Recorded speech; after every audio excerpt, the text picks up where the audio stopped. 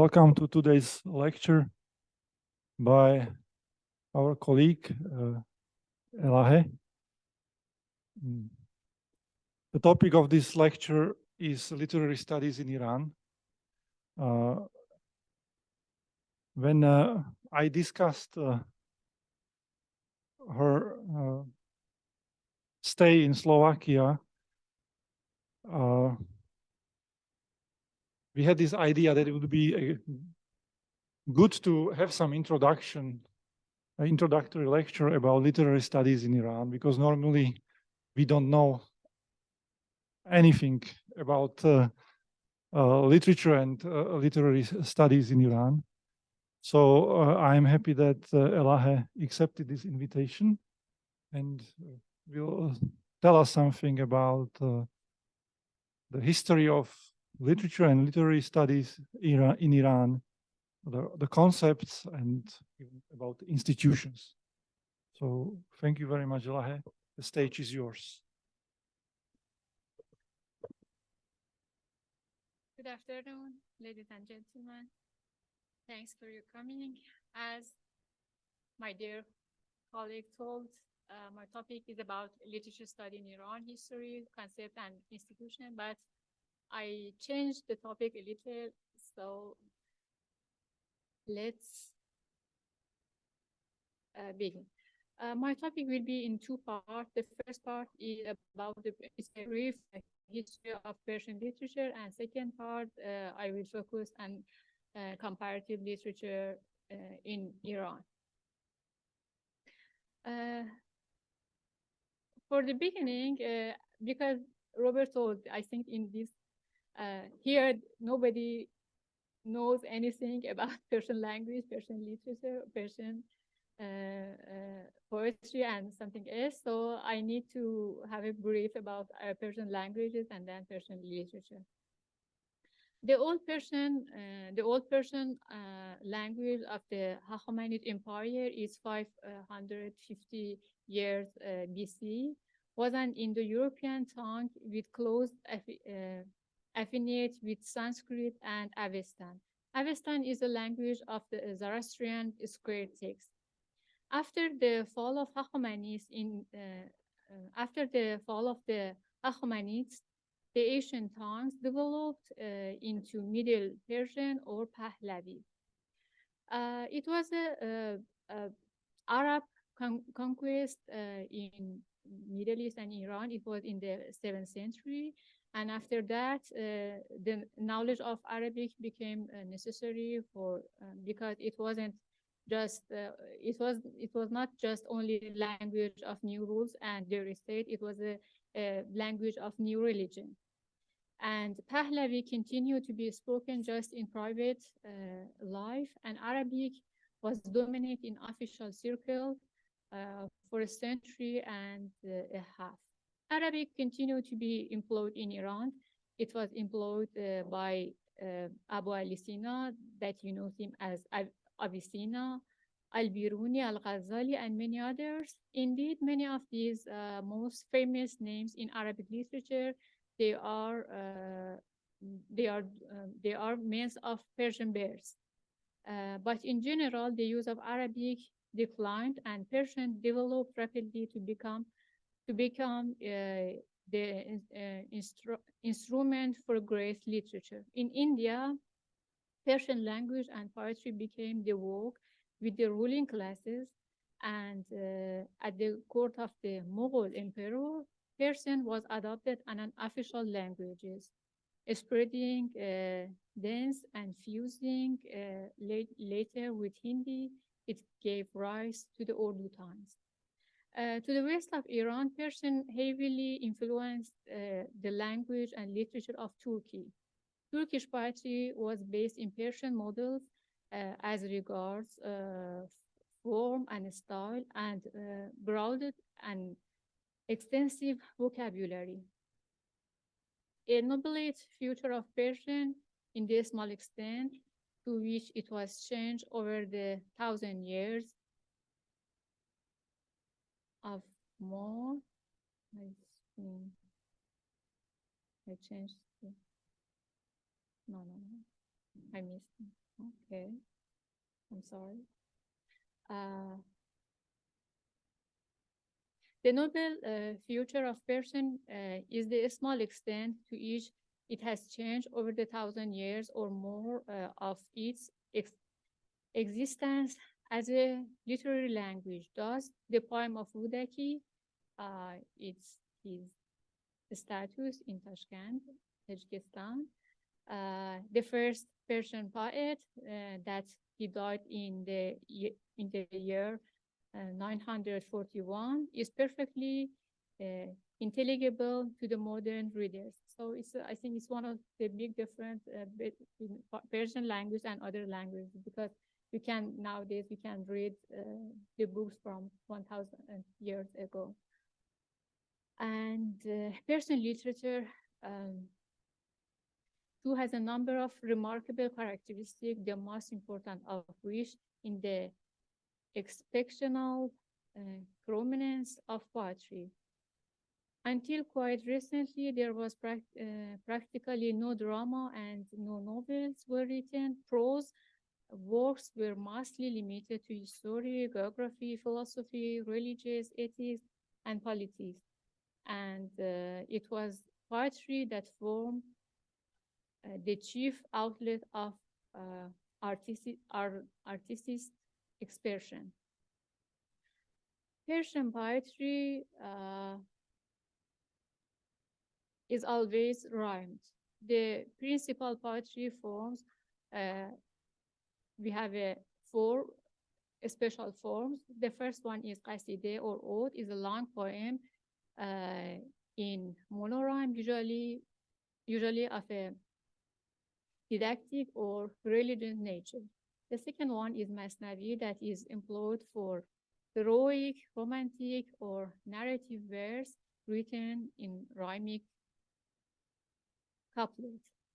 And the second one, ghazal or lyric, is a comparatively short poem, usually amor or mystical, all on one rhyme. And the last one is rubai, that is co-authoring with a particular meter. And divan is a collection of poems, ghazals, or other works arranged alphabetically according to the rhymes. So I think many times I will talk about divan. Please remember this word.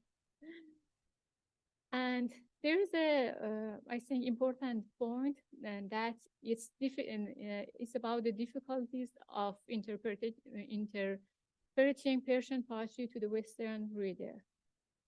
To the pitfalls common to all translation for words must be added in the case of Persian poetry, such the special difficulties as the very few use of Sufi imagery, the frequent literature, Quranic and other references and allusions, and the general employment of monorhyme, a form highly effective in Persian, but unsuited to the most other languages. But most important of all is the fact that the poetry of Persian depended to a greater degree than that of most other nations on beauty of language for its effect. Because Persian language is so melodic, and when you want to translate in other languages, if you want to just focus on meaning, it won't be so melodic, and it's so difficult to translate it in other languages. And for translator, it's a big job.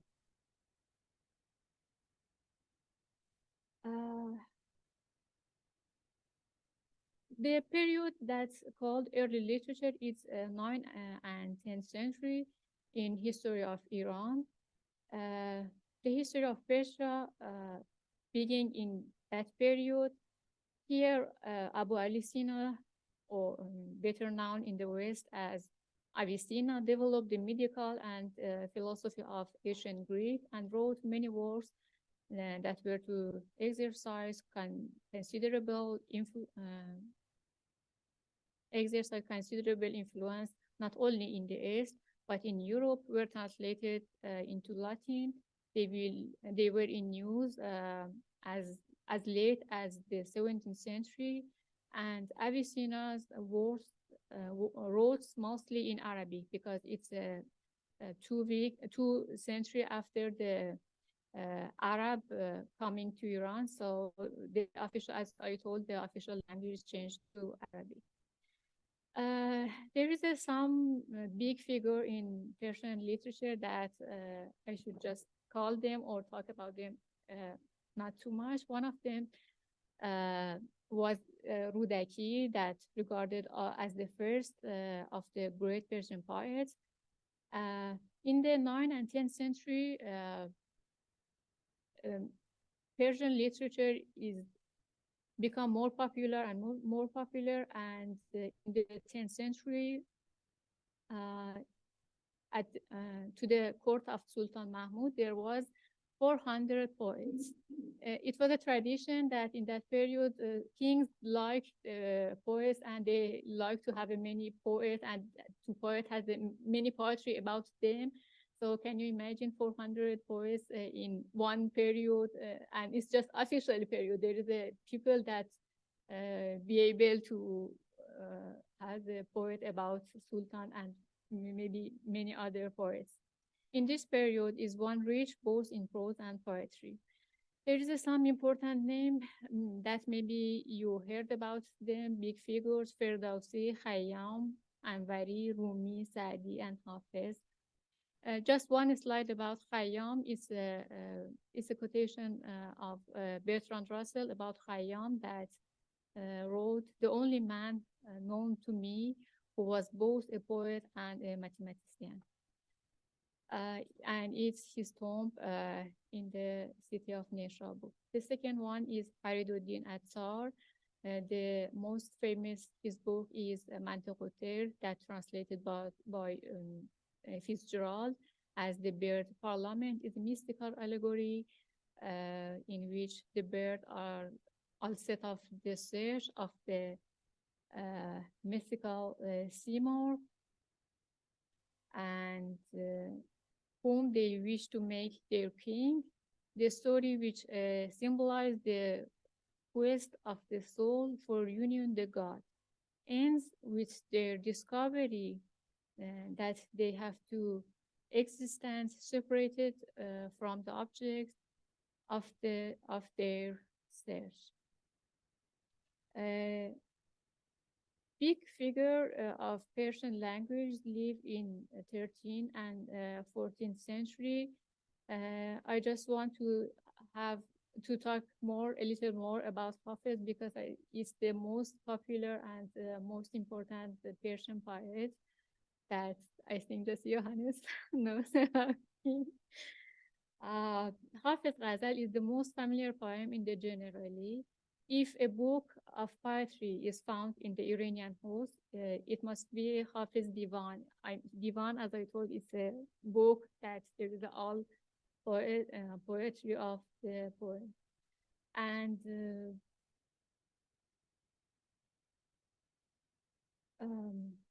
there is one interesting, maybe not interesting, but for us it's very interesting tradition in Iran that we call Hafiz. Actually, it's not his real name is Muhammad Shamsuddin, but we called him Hafiz because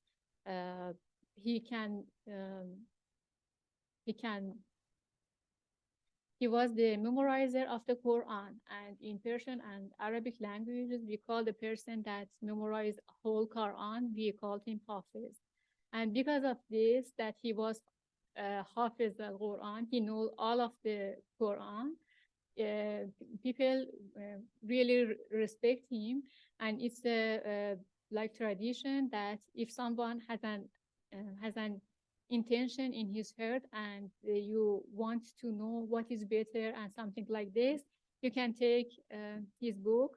Imagine it is his book. First, you can pray for him, and then you will remind that what do you think, what do you ask him, something like this. You close your eyes or like this. You open his book, and the first poetry that you see, it's your answer. And if you cannot notice what he, and if you cannot understand what does he means or something like this, there's other tradition that you can count 7 poets after that. If you cannot find your answer in the first one, in second time, it means after 7 you can find your answer. And it's really works.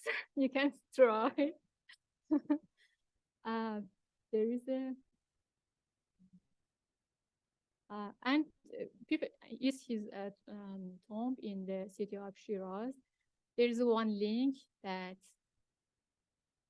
there is if you have not, he's very important for us. So if you haven't his book, you can search in Google and internet, and you can do everything online. And as I told, there is by alphabet, there is by rhyme, you can find which poet you want, and there is a name and number of his poem. Let's try one of them, for example. This part is Ghazal number 1. And as I told, because he's very important for us, and there is not just his Ghazal. His poet, Hafiz is a mystic poet, so sometimes it's difficult to understand his poetry. So there is a interrupted to normal or usual language, more easier. If you are not educated, you can find what does it means. And then there is some famous people that read his poet. And there's other tradition in Persian language. When there is one famous poet or one famous poetry, other poets try to write some poets close to the original, or use some part of that work to their work. Is like prestige for them. And there is the other, everyone, you have this picture, there's the other poets that use these poem in their book. And then there is the famous singer that signed these poets. And you can continue too much. So let's come back. No, I think here. Yeah, it's okay. Thank you.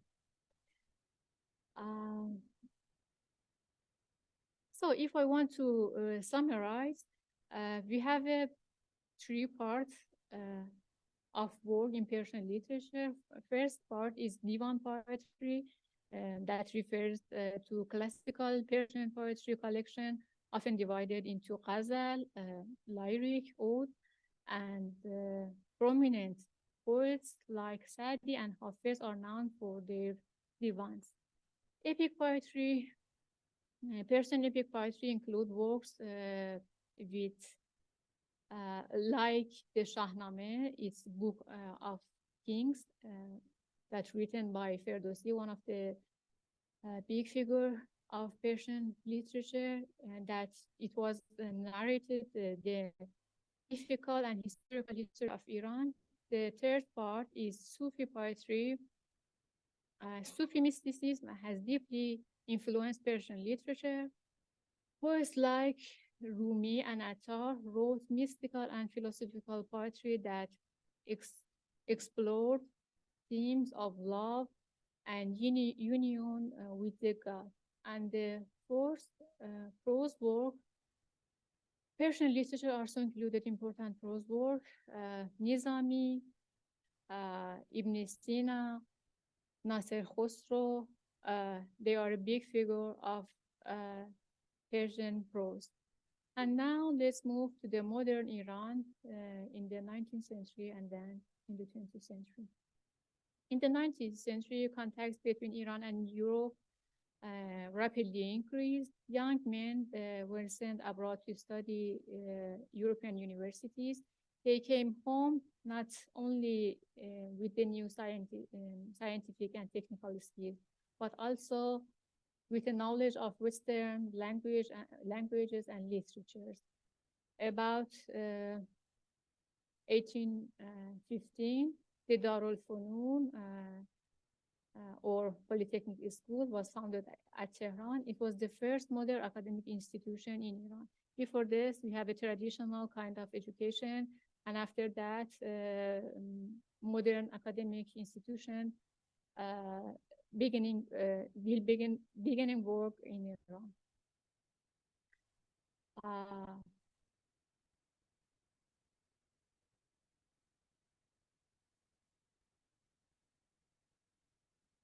In 1906, a constitution and a parliament were instituted in Iran, and poets joined in the conflict as independent writers.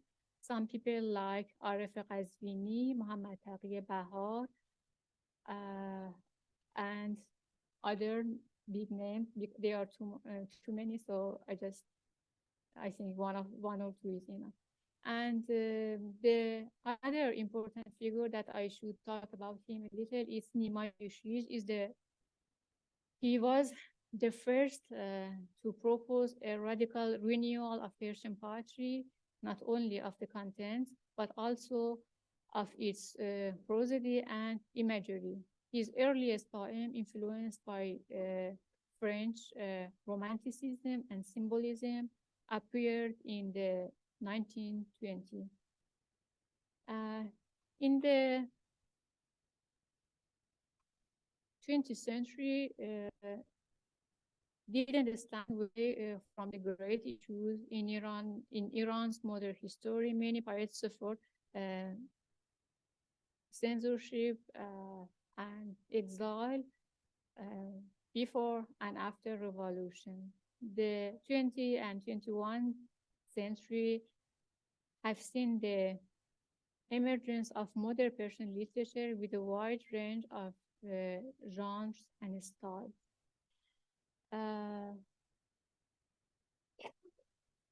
When we are talking about literary studies in Iran, I think we need more time to talk about translation,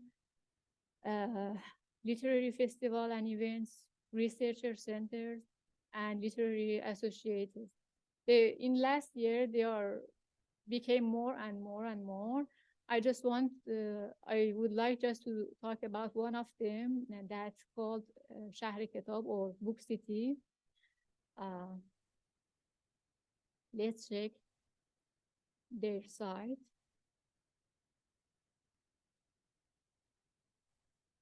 It's the biggest book city set in Iran. They have many branches in different cities.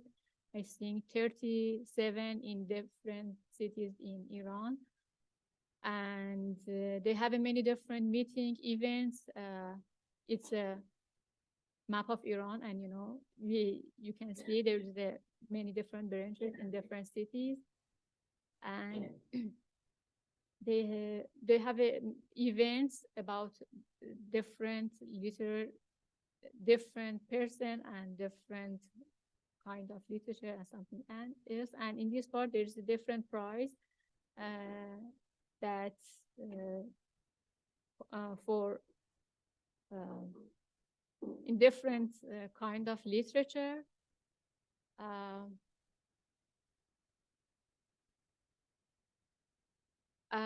In this event, it was about Czech literature in Iran. I don't know, say fortunately or unfortunately. Fortunately, Czech literature in Iran is really famous. I think in many countries, not just in Iran.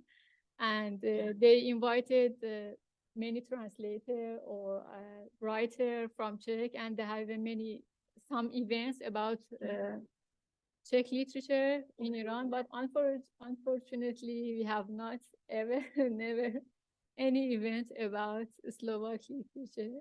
So I say in the Institute of World Literature, it's your job.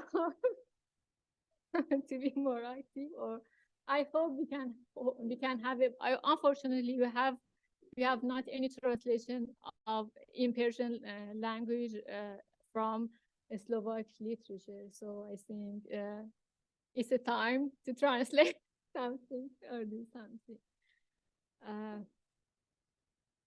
And now let's move to the second part that is more related. It's more related to our institute. I say our institute because I think I'm part of this institute. So let's talk about comparative literature in Iran. I think it seems necessary to know about the origin and history. The origin of comparative literature as an academic discipline in Iran goes back to Fatemeh Sayyah, the first one. She was a Russian-born Iranian and a daughter of Mirza Jafar Sayyah, an Iranian professor of Persian language and literature at Moscow University. She received her PhD in French literature from Moscow University. Her dissertation was on the work of Anatole France. She came to Iran in 1934 when she was 32 years old. She spoke Persian with a foreign accent. She was fluent in Russian and French, and also knew English and Italian. She accepted the position of associate professor at University of Tehran in 1938 because of her academic background and familiarity with several foreign languages. She had become Iran's first woman university professor when the chair of Russian language and literature and comparative literature at University of Tehran were awarded to her. Abul Hassan Najafi, the second person, and Ahmad Sami'i, and Simin Daneshwar, all of them were her students. Abul Hassan Najafi was the chair of the Center of Comparative Literature, and Ahmad Sami'i was the chair of Center of Comparative Literature at the Iranian Academy of Persian Language and Literature, and Simin Daneshwar, she was a future novelist, short story writer, and translator. The point is the traditional of French school of comparative literature is in Iran, it's so popular. After Sayyah death in 1947, the former president of University of Tehran announced that the literature program closed for the time because the university was not able to find a faculty member with Sayyah's quality, as I told, knowing for languages and literature, which is, in his opinion, was essential for an academic program in comparative literature. However, a few professors of Persian language and literature tried to continue comparative literature at University of Tehran until the Islamic Revolution of Iran, when it was shut down completely for no clear reason. I have to add some words about the Cultural Revolution after our revolution. It was a period following the Iranian Revolution when the Academy of Iran was plagued of Western and non-Islamic influence. Universities were closed for 3 years, and after reopening, banned many books and changed many professors and many students.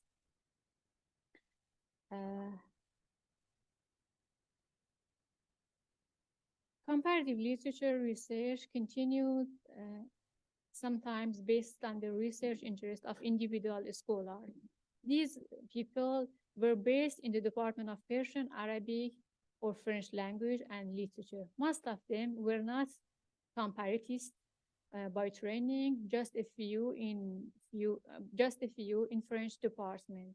In the first half of the 20th century, French language and literature was very popular among the Iranian elite and intellectuals. So the traditional French school of comparative literature had a strong presence in academia and function of comparative literature in Iran. Therefore, comparative literature studies mainly with the literary relation and imagology focusing on French and Persian literature. Abul Hassan Zarinpour, a Persian literary scholar, believes that a comparatist is not interested in the literary work itself, but rather in how it has been received or adopted in a different national literature. And Muhammad Ali Islami Nadushan,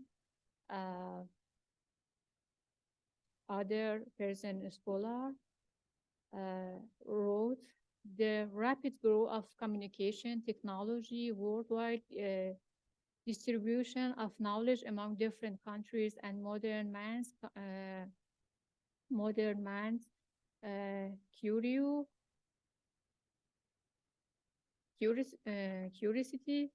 to know more about others have given birth of a new discipline called comparative literature, which studies the literary relation among different cultures and nations.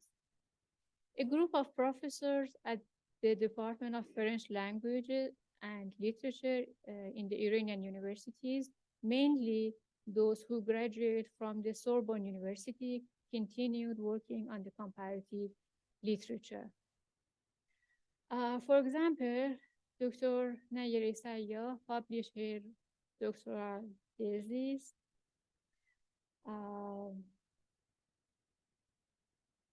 is in French, so it's better to don't read it. You can read it because I'm not sure that I can read it part or not. The second one is Hassan Honarmandi, who has received his doctoral degree in comparative literature from the Sorbonne, and it's the name of his dissertation that he published it later as a book. And the last person, Shajauddin Shafa, also received his PhD in comparative literature from the Sorbonne, was also a writer and translator. Shafa, who was familiar with several languages and had a good knowledge of world literature, planned to write a series of books with the assistance of a scholar from different national literature department on the general title of Iran dar adabiyat jahan, that means Iran in world literature. Before his death, he can write just about the history of Persian influence on French culture and literature. He discussed Sa'di, the first Persian poet to be translated into French, the works of French travelers in Iran in French classical drama, and Montesquieu, Persian letters.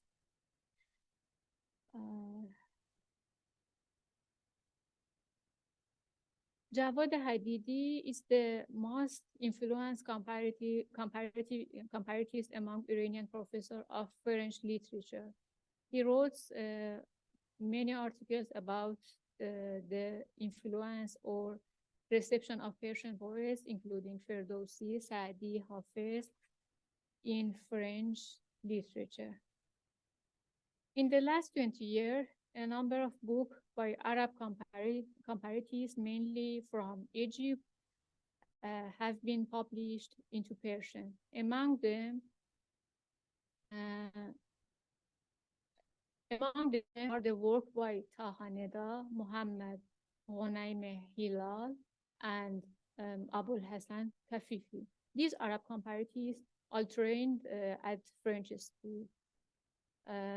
Tahmuras Sajjadi has also translated some work from French into Persian. There is some recent work that translated in Persian, first one and second one, this book translated in Persian. Third one, the writer is Iranian. He finished comparative literature in Cambridge University, and he published his dissertation later as a book, and then he translated his dissertation in Persian. So we have a English and Persian version. Dr. Elmila Dadwar, she's a professor of the Department of French Literature in the University of Tehran, and she has a book titled Initiation à la Literature Compared. Is for French, is for a student in the Department of French Literature. And one of the important, or maybe the most important, or maybe father of comparative literature nowadays in Iran is Professor Alireza Anushiravani. He's a professor at University of Shiraz, and he has many different books. There is one of them, Comparative Literature, Theory and Methodology. And he and his team has a different courses focused on the comparative literature, and they teach students and faculty members in the department to learn more and more about comparative literature. We have some journal in Persian language. Some of them have special issues in English. One of them is Comparative Literature Quarterly by the Islamic Azad University in Jirov. Jirov is the city. Second one, Periodical of Comparative Literature by Kerman University. Research on Comparative Literature by Razi University. Interdisciplinary Studies of Literature, Humanities and Arts by University of Birjan. Literary Criticism by Tarbiyat Modarres University. Critical Literary Studies by University of Kurdistan. Comparative Literature Journal by the Iranian Academy of Persian Language and Literature. I think there is more journals about literature studies. I just choose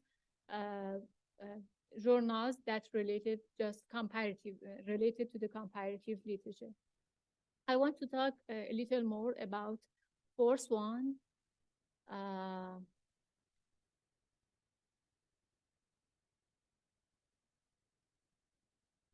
Fourth one. The scope of the fourth journal is more general, as you can see in the name. I think you can recognize. In the English version, editorial of its first issue, the associate editor announced Comparative Literature Journal of the Academy of Persian Language and Comparative Literature Journal is committed to publish research paper in all fields of comparative literature, including literary relations and influences, literary movement, genres, literary themes, translation studies, word literature, literature and other branch of humanities, with emphasis on film and media study, music, social sciences, cultural studies, popular culture, philosophy, and religious study, and sciences, and most importantly, new theoretical trend in comparative literature. And the last one, Comparative Literature Journal by the Iranian Academy of Persian Language and Literature. This academy, Iranian Academy of Persian Language and Literature, is the main place that supports comparative literature in Iran and organize all events conference because we have a different department in different universities.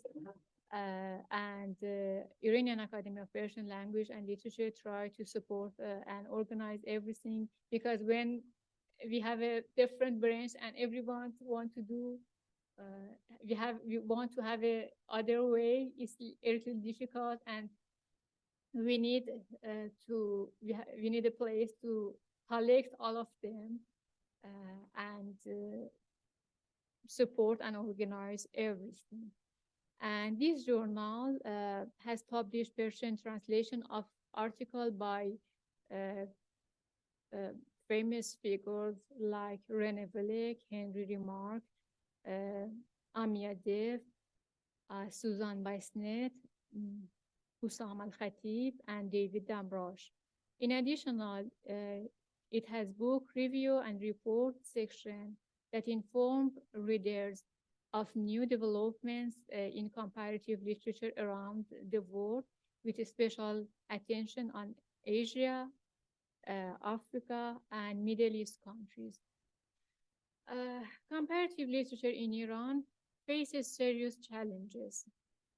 Comparative literature programs are in the Department of Persian Language and Literature, which are mainly interested in Persian and Arabic literary influences. They mainly rely on Arabic sources, mostly faculty members with no academic training in the field teach comparative literature courses. Most of the journal papers have no deep and no methodology and theoretical framework. They only have the title of comparative literature on irrelevant topics.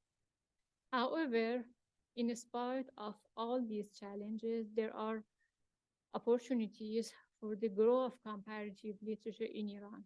Younger scholars are interested in comparative literature because of the interdisciplinary and hybrid nature. The Department of Comparative Literature of the Academy of Persian Language and Literature is the only independent department of the comparative literature in the country, has granted the responsibility of introduction new trends in the discipline through the publishing of a journal and organizing seminars, workshops, lectures, and translations of theoretical texts into Persian. Comparative literature is rapidly growing in Middle Eastern countries, in Iran, in Turkey, in Arab countries, Georgia, in Central Asia country.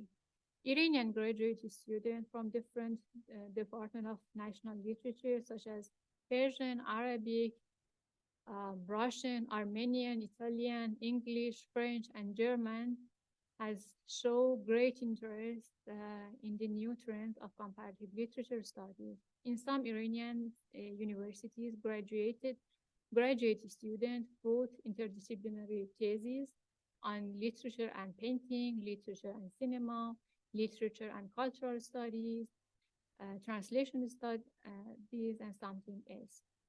And translation studies as a new trend in comparative literature is showing progress in Iran.